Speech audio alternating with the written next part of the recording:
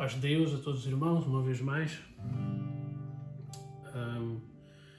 Gostava de trazer nesta tarde uma música mais antiga, digamos assim. Eu vou partilhar daqui a pouco mais alguma coisa escatológica acerca dos próximos tempos, do futuro. E gostava de pensarmos um bocadinho acerca dessa subida, não é? Quando viremos para o céu, temos partilhado acerca disso. Gostava de cantar um corinho muito antigo, se calhar a maior parte dos irmãos não se lembrarão, haverá alguns que sim, não é? Mas peço-vos que cantem comigo, que me acompanhem, não é? Que diz assim: o nome de Jesus é doce, nos traz paz e alegria, cantando esta melodia. Jesus, Jesus, Jesus. O nome de Jesus é doce, nos traz paz e alegria, cantando esta melodia. Jesus, Jesus, Jesus. Subindo, subindo, subindo para o céu eu vou. Tristezas não vão comigo, porque Jesus Cristo me salvou. Deitei as tristezas fora e para o céu com Jesus eu vou. Os irmãos querem cantar comigo agora? Então vamos lá experimentar. O nome de Jesus é doce, nos traz paz e alegria, cantando esta melodia. Jesus, Jesus, Jesus. O nome de Jesus é doce, nos traz paz e alegria, cantando esta melodia. Jesus, Jesus, Jesus. Subindo, subindo, subindo para o céu eu vou. Tristezas não vão comigo, porque Jesus Cristo me salvou. Deitei as tristezas fora e para o céu com Jesus eu vou. Subindo, subindo, subindo para o céu eu vou. Tristezas não vão comigo, porque Jesus Cristo me salvou. Lancei as tristezas fora e para o céu com Jesus eu vou. Deitei as tristezas fora e para o céu com Jesus eu vou. Aleluia. Penso que este é o desejo de todos nós, não é? Queremos subir e ir para o céu com Jesus. Eu vou partilhar com os irmãos neste final de dia acerca de um texto que captou a minha atenção há uns meses atrás, há 2 meses atrás. Eu gostava muito de ler o texto todo. Acho que se perde muito quando não lemos o texto todo completo.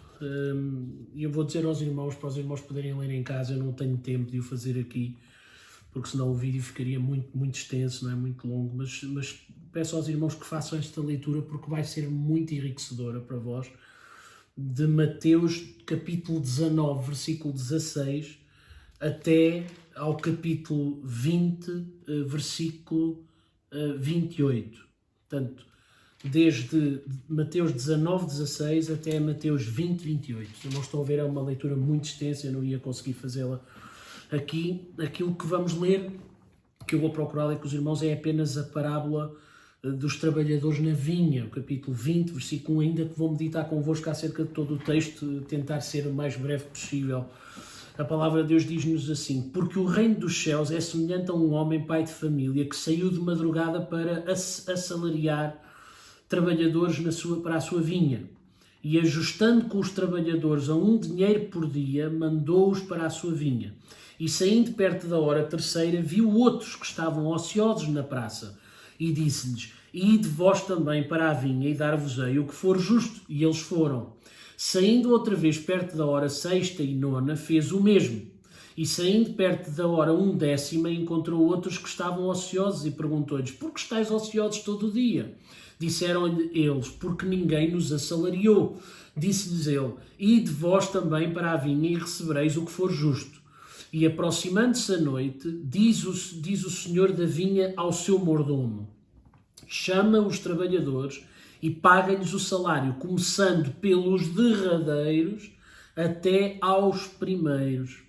E chegando os que tinham ido perto da hora 1/10, receberam 1 dinheiro cada um. Vindo, porém, os primeiros, cuidaram que haviam de receber mais, mas do mesmo modo receberam 1 dinheiro cada um. E recebendo-o, murmuravam contra o pai de família, dizendo: estes derradeiros trabalharam só 1 hora, e tu os igualaste connosco, e suportamos a fadiga e a calma do dia. Mas ele, respondendo, disse a um deles: amigo, não te faça injustiça. Não ajustaste tu comigo 1 dinheiro? Toma o que é teu e retira-te. Eu quero dar a este derradeiro tanto como a ti. Ou não me é lícito fazer o que quiser do que é meu? Ou é mau o teu olho porque eu sou bom? Assim, os derradeiros serão os primeiros e os primeiros derradeiros, porque muitos são chamados, mas poucos escolhidos. Amém? Até aqui a palavra de Deus. É um texto fantástico, este texto da parábola dos trabalhadores da vinha, não é? Se os irmãos começarem a ler desde o versículo 16 do capítulo 19, como disse há pouco, vão ver que a história, este texto que fala todo acerca do mesmo, começa com uma abordagem de um jovem rico, não é? Que chegou ao pé de Jesus e perguntou-lhe: mestre, o que é que tenho que fazer para herdar a vida eterna? E Jesus tem aquela conversa com ele acerca dos mandamentos. Eu não quero gastar muito tempo à volta disto, quero-me centrar aqui na parábola da vinha e dos trabalhadores, não é? Mas este jovem assume uma prerrogativa, não é? Achando que merece alguma coisa e que faz alguma coisa bem, não é? Ele diz que já cumpre os mandamentos, não é? E Jesus diz-lhe é um dos textos que eu gosto muito da Bíblia, não é? Jesus diz-lhe: se queres ser perfeito, vai, vende tudo o que tens e dá aos pobres e segue-me e terás um galardão no céu. A palavra de Deus é clara, diz que o jovem retirou-se triste porque tinha muitas propriedades, era muito rico. Então Jesus disse aos discípulos: digo-vos a verdade, que é mais difícil um rico entrar no reino dos céus do que um camelo pelo fundo de uma agulha. Uma expressão idiomática, não é? Judaica, para nos indicar que isto era mesmo uma grande dificuldade, um rico chegar aos céus. No entanto, Jesus logo em seguida diz que aquilo que não é possível aos homens é possível a Deus. Pedro, portanto, o contexto é: Jesus está a indicar a um jovem que, se ele quer segui-lo e se quer ser perfeito, então deve deixar tudo para trás e ir com Jesus. O jovem retirou-se porque era muito rico, tinha muitas propriedades. Logo depois de Jesus estar a falar com este jovem, Pedro aborda Jesus e diz-lhe assim: Senhor, nós deixámos tudo. Então fica a ideia de que Pedro está em busca de uma recompensa, não é? Pedro quer saber, então, se nós deixámos tudo, então o que é que nós temos direito? Não é? Este jovem não esteve disposto a abdicar, mas nós deixámos tudo, o que é que nós temos direito? Então Jesus dá-lhe uma resposta, não é? E diz-lhe: olha, Pedro, não te preocupes, porque todo aquele que tiver deixado casas, irmãos, ou pai, ou mãe, ou mulher, ou filhos, por amor do meu nome, receberá 100 vezes, tanto, e herdará a vida eterna. E Jesus, logo em seguida, diz, conhecendo o coração de Pedro, e o texto vai ser mesmo indicador disso, não é? Jesus, percebendo logo o coração de Pedro e queria ter a certeza, que Pedro tivesse a certeza de que a sua motivação estava certa, de que era a motivação certa, diz-lhe: mas olha, cuidado, que os primeiros serão os derradeiros e muitos derradeiros serão primeiros. Cuidado, Pedro, onde é que está a tua motivação? Então Jesus conta uma história, não é? Que é esta história que nós acabámos de ler da vinha, não é? Que é uma parábola extraordinária, não é? Esta parábola não tem nenhuma relação com salvação. É muito importante entendermos isto logo à primeira, não é? Porquê? Porque não pode representar a salvação, porque ninguém pode trabalhar para merecer a sua salvação. A nossa salvação não tem a ver com alguma obra que possamos fazer, alguma coisa que possamos fazer do nosso esforço, da nossa capacidade, e por isso não pode ter a ver com salvação. Vamos também retirar uma outra coisa. Esta parábola também não tem a ver com recompensa, não é? Porque nós não vamos receber todos a mesma recompensa, como falámos na última vez que estive com os irmãos, em que vimos que quando chegarmos ao tribunal de Cristo não vamos ter todos a mesma recompensa. Então esta parábola também não pode ser acerca de recompensa, porque aqui todos receberam a mesma coisa. Então o que é que Jesus quer aqui com esta parábola? Qual é a intenção de Jesus? A intenção de Jesus é enfatizar a atitude com que servimos. Qual é a nossa postura no serviço? Qual é a motivação do nosso coração? Com que motivação é que fazemos aquilo que fazemos para Deus? E Deus está muito importado com a motivação. Mais do que resultados até, para Deus o mais importante é mesmo a motivação e o nosso coração. O homem quantifica o sucesso, mas para Deus é muito importante a qualidade daquilo que fazemos e a nossa postura, não é?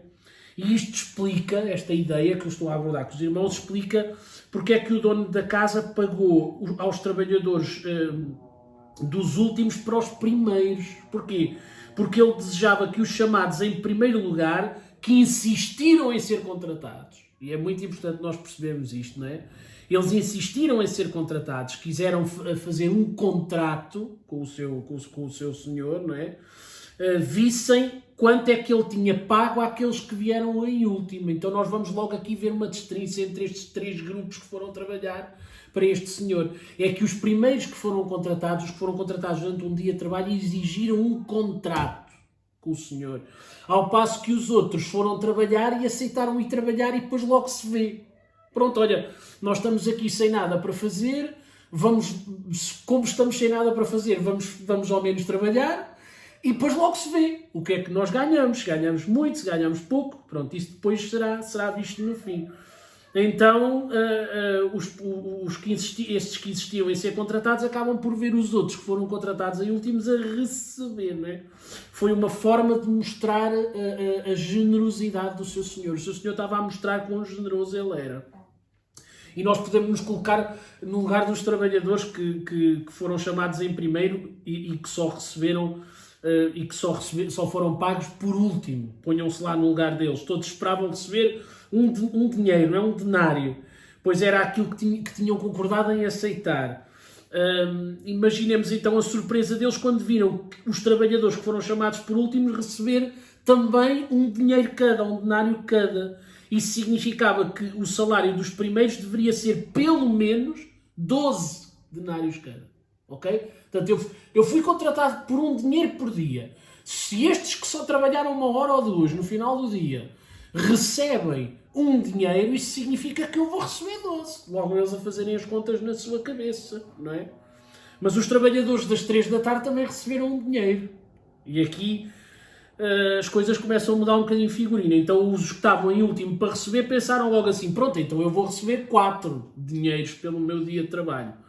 E quando os homens contratados para o meio-dia também receberam um dinheiro, isto cortou o salário deles para metade, ou seja, passou para 2 dinheiros. Mas o dono da vinha pagou exatamente um dinheiro a cada um, quem fosse, tivesse vindo à hora que viesse. Ora, claro que eles ficaram aborrecidos, não é? Você também ficava, com certeza absoluta, não é? Então estive a trabalhar um dia inteiro e recebo a mesma coisa do que as pessoas que trabalharam 2 horas, 3 horas... 5 horas, isto não pode ser, há qualquer coisa aqui que não está bem. E eles reclamaram. Só que eles não tinham argumentos. Porque eles tinham concordado em trabalhar por um dinheiro. Eles receberam o que pediram. Eles fizeram um contrato. E pense comigo um bocadinho. Se eles tivessem confiado na bondade do proprietário, se eles tivessem confiado na bondade, na generosidade do senhor que os contratou, eles podiam ter recebido bem mais. Mas eles insistiram num contrato. Então, há uma lição clara de Jesus aqui para os discípulos. Nós não devemos servir apenas por esperar recompensas, nem insistir em saber o que é que vamos receber. Deus é generoso, é bondoso, de forma infinita, e vai-nos sempre dar mais do que aquilo que merecemos. Podemos ter a certeza disso. Por isso, no Tribunal de Cristo, as nossas obras vão ser avaliadas, como falámos na última vez, mas é muito importante, é fundamental a intenção, a motivação que vai no nosso coração. Por isso as obras são de ouro, de pedras preciosas, ou ouro, prata, pedras preciosas, ou madeira, feno, palha, porque o que muda é a motivação com que nós fazemos as coisas, e é isso que nós temos aqui a ver, estamos aqui a ver nesta. Então Jesus explica isto e nós pensamos assim, pronto, está resolvido. Logo de seguida, Jesus fala acerca da sua morte mais uma vez, diz que vai morrer, que vai ressuscitar, e os discípulos ouvem Jesus. E a seguir a isto, depois de Jesus ter contado esta parábola e ter dito ao rico que tinha que deixar tudo para o servir, e de Jesus ter contado esta parábola e ter dito que o mais importante no serviço era a motivação, cuidado com a motivação com que fazem as coisas. É impressionante, não é? Parece que há pessoas que nunca entendem nada, não é? Vem a mãe dos filhos de Zebedeu, depois desta conversa que Jesus está a ter, e adora Jesus e faz-lhe um pedido que não tem nexo nenhum à luz do contexto daquilo que eles acabaram de ouvir e que ela acabou de ouvir também.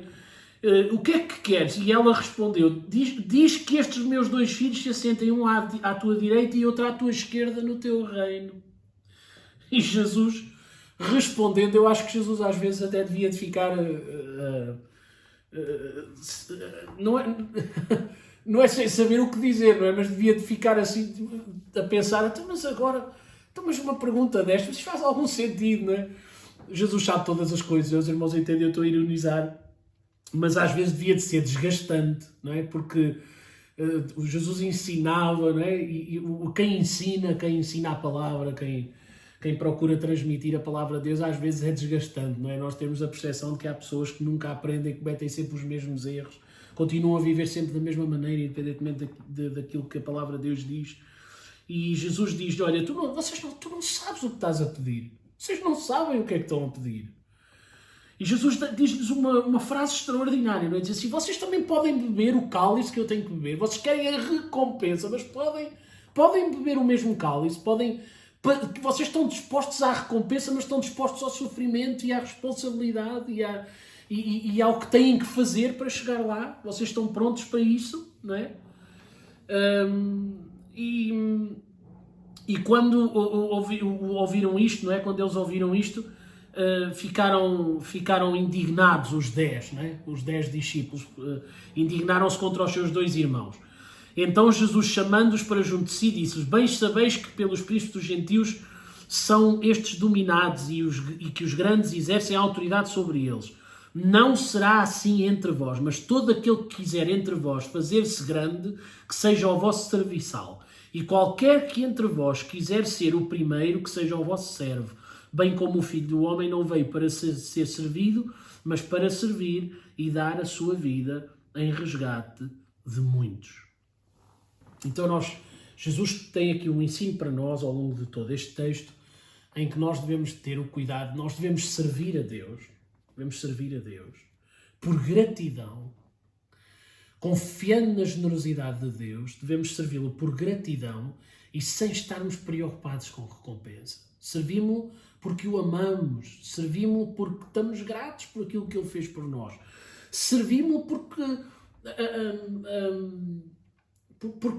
a nossa vida não faz sentido se não for a servir a Deus. Nós fomos feitos para isto, nós fomos criados para isto, para estarmos ao serviço de Deus. Então servimos com tudo aquilo que há em nós. E a nossa motivação tem que ser esta. Temos que ter uma postura de humildade, temos que ser servos, temos que querer abençoar os outros, ajudar os outros, pôr os interesses dos outros à frente dos nossos próprios interesses.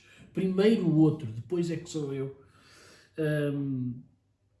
E se nós vivermos assim, então nós estamos com a motivação certa diante de Deus. quando estamos com a motivação certa, podemos confiar na generosidade do proprietário, na generosidade do Senhor. E um dia, quando chegarmos ao tribunal de Cristo e quando formos receber a recompensa, e vai acontecer, isso vai acontecer, e não vai ser igual para todos, e é um facto. É muito importante a motivação do nosso coração, é muito importante o porquê, a razão por que nós fazemos.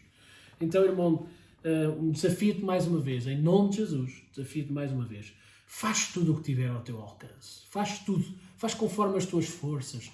Houve um tempo em Portugal em que a igreja cresceu, expandiu-se. A cada dia Deus acrescentava à igreja aqueles que sabiam de salvar. E isto aconteceu como? Aconteceu dentro da boa vontade de cada um. Cada um servia com aquilo que tinha. Cada um trazia pessoas à igreja. Cada um abençoava. Cada um. Não era preciso departamentos. Não eram necessários departamentos. Cada pessoa assumia a responsabilidade de servir, de estar, de abençoar os outros que estavam à sua volta, aos seus vizinhos, de perguntar o que é que era preciso. Cada um assumia a sua responsabilidade. Deus levantou homens e mulheres para servirem, para serem usados na palavra, com poder, com graça. Nós estamos a viver tempos diferentes, nós estamos a viver tempos muito... Não esperávamos viver tempos assim. Ficámos tão dependentes do pastor. Ficámos tão dependentes da liderança da igreja. Ficámos tão dependentes de que fizessem por nós as coisas. E tantas vezes ficamos relaxados. E neste final de dia, mais uma vez, eu estou a desafiar a tua vida, em nome de Jesus. Tudo o que vier à mão para fazer, fala conforme as tuas forças. Faz com a motivação certa. Faz porque o amas. Faz por gratidão. Mas faz. Telefona. Pergunta o que é preciso. Disponibiliza-te. Acredito que nós vamos ver uma igreja diferente erguer-se neste tempo. Nós vamos ver uma igreja levantar-se, uma igreja de gente voluntária novamente, de pessoas que querem estar na brecha, que querem levantar o muro, que querem ser usados nas mãos de Deus. Então, em nome de Jesus, faz e confia na generosidade de Deus, porque Deus abençoa-nos tremendamente quando nós colocamos a nossa vida ao seu dispor. Que Deus nos ajude e que a nossa motivação seja a motivação certa quando fazemos a obra de Deus. Este é o meu desejo, que Deus possa abençoar a cada um de vós. Queremos subir e iremos, com certeza, em breve estar juntos no céu. Deus te abençoe.